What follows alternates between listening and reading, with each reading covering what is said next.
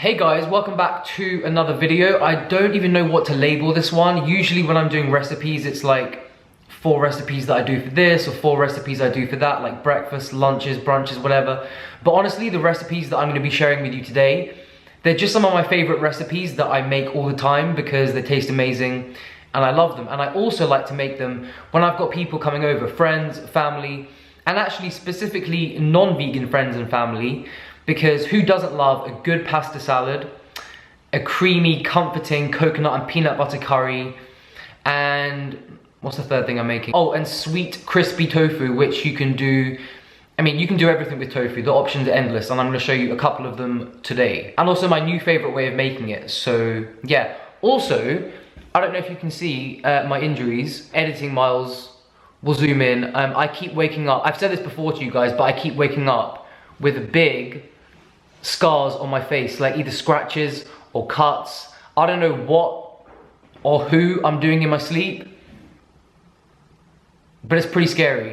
Anyways, as always, the full measurements, instructions, ingredients will be linked down below. I hope you enjoy these meals. I know you will. So let's get cooking. So we're starting off with something that has definitely held me together during the cold months here in the UK, and that's a comforting coconut and peanut butter sweet potato and chickpea spice curry. And yes, peanut butter can elevate any boring curry to a different level. Make this for any crowd and everyone will enjoy, I promise. You can really play around with the veggies here, but I'm using some green beans, some baby sweet corn, white onion, and the biggest sweet potato you've ever seen in your life. Biggest one I've ever seen anyway. I wouldn't normally peel a sweet potato. As you all know, I think the skin is the best part, especially when you roast it. But just for the sake of this curry, just go with the flow. I'm chopping the sweet potato into bite-sized chunks, and remember, if you're using regular sized sweet potatoes, then use 3 or 4, as this is gonna make multiple servings. Slice the onion into very thin strips, and then we're going to fry off in a little olive oil until they become slightly softened and translucent. After a couple of minutes, chuck in the sweet potato and give everything a good toss. And then comes the spices, and I'm just using some garlic powder. You can use fresh if you're not as lazy as me. Some sweet smoked paprika, some cinnamon, and some salt and pepper. You can use chili powder too if you want this to blow your head off, but I prefer to stick to the milder, sweeter spices here. Mix everything well so that everything is evenly coated in the spices, and then I'm adding in 2 cans of thick, creamy, full-fat coconut milk. Allow that to simmer for 10 minutes until the sweet potatoes start to soften, and here comes the best part. I'm adding in 3 tablespoons of crunchy, salted peanut butter. Peanut butter! And give it a good stir until it melts into the sauce. This not only adds another level of flavor, but also thickens the curry in the best way possible. Cashew butter also works well here. Towards the end, I'm adding in the rest of the veggies, as well as 1 can of rinsed and drained chickpeas. And you really only want them to cook for about 4 to 5 minutes, because you want them to still have a little bit of crunch and bite, and they will continue to cook as the curry cools. I'm serving this over a bed of hot, fluffy red and white quinoa. You can of course use rice if you please, but you all know I don't fuck with rice. And would you look at that. The flavor of this sauce, guys, I can't even explain. You're just gonna have to make it and then you'll know. And because it's me and I was having this for dinner that night, I also drizzled it with some liquid gold, some good proper runny Arabic tahini. Make this for your friends and family, guys, and they will love you forever, I promise. Or just make a big batch for yourself. I do that all the time. And there you have it. Nothing left to do apart from happily apply to face. I think I've made tofu in 50 different forms on this channel before, but this way is by far my all-time favorite. It's my sweet, crispy, tahini crusted tofu. When you roast anything in tahini, including vegetables, it supplies not only a deep, nutty flavor, but also the perfect amount of crunch. And I'm using some extra firm tofu and then just chopping it into bite-sized chunks. Even if this is just for you, always make extra because there are so many things you can do with it once it's cooked. The options are endless. Onto a lime baking tray, and I'm drizzling over a good amount of proper runny tahini. Don't be using the thick clay stuff here, it just won't work. And the sweet element here comes from a good splash of coconut aminos.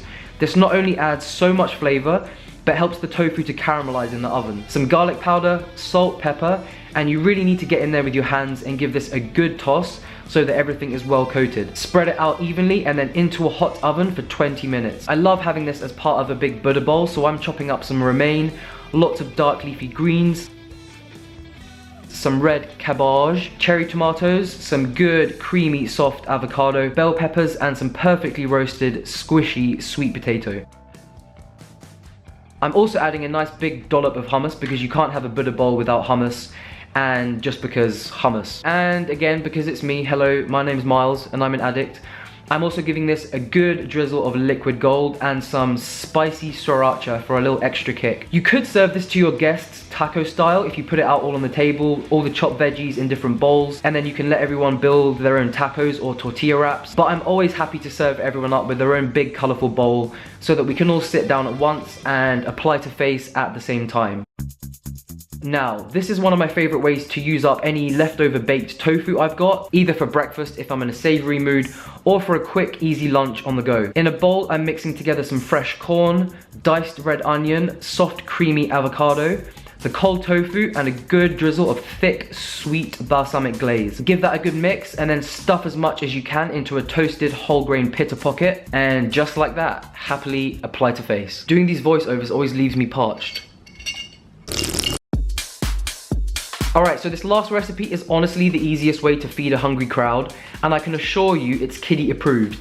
Even my fussy little Aslan loves this mix. It's a simple roasted pesto pasta salad that is even more delicious cold. So always keep a big batch of this in the fridge for whenever you have hungry mouths around to feed, or you just need a quick, delicious, light lunch for yourself. It's also the perfect thing to take to a picnic. I mean, who doesn't like a good pasta salad, right? Serious question, guys. First, onto the roasted veggies. I'm just using some colourful bell peppers, although not a green one, and you should all know why by now. Some aubergine or eggplant, and some mushrooms. You can use any shrooms of your choice here. Throw all the veggies into a large mixing bowl and pour over a jar of vegan pesto. This one I'm using is sun-dried tomato and garlic. And guys, you'll be surprised how many regular pestos these days in grocery stores are just vegan by default, even without being labeled vegan, so always have a good search. You can also use green pesto, but trust me, this works better with the red. And yes, we are using a whole jar because we've got a lot of veggies to flavor up here. Give everything a good toss and onto a lime baking tray, and then into a hot oven for 25 minutes until the veggies are nice and caramelized. Whilst the veggies are in the oven, you can get your water boiling for the pasta, and for this recipe, I like using chickpea pasta. In fact, anytime I use pasta, I prefer to use a higher protein pasta because it makes the meal a lot more satisfying and filling.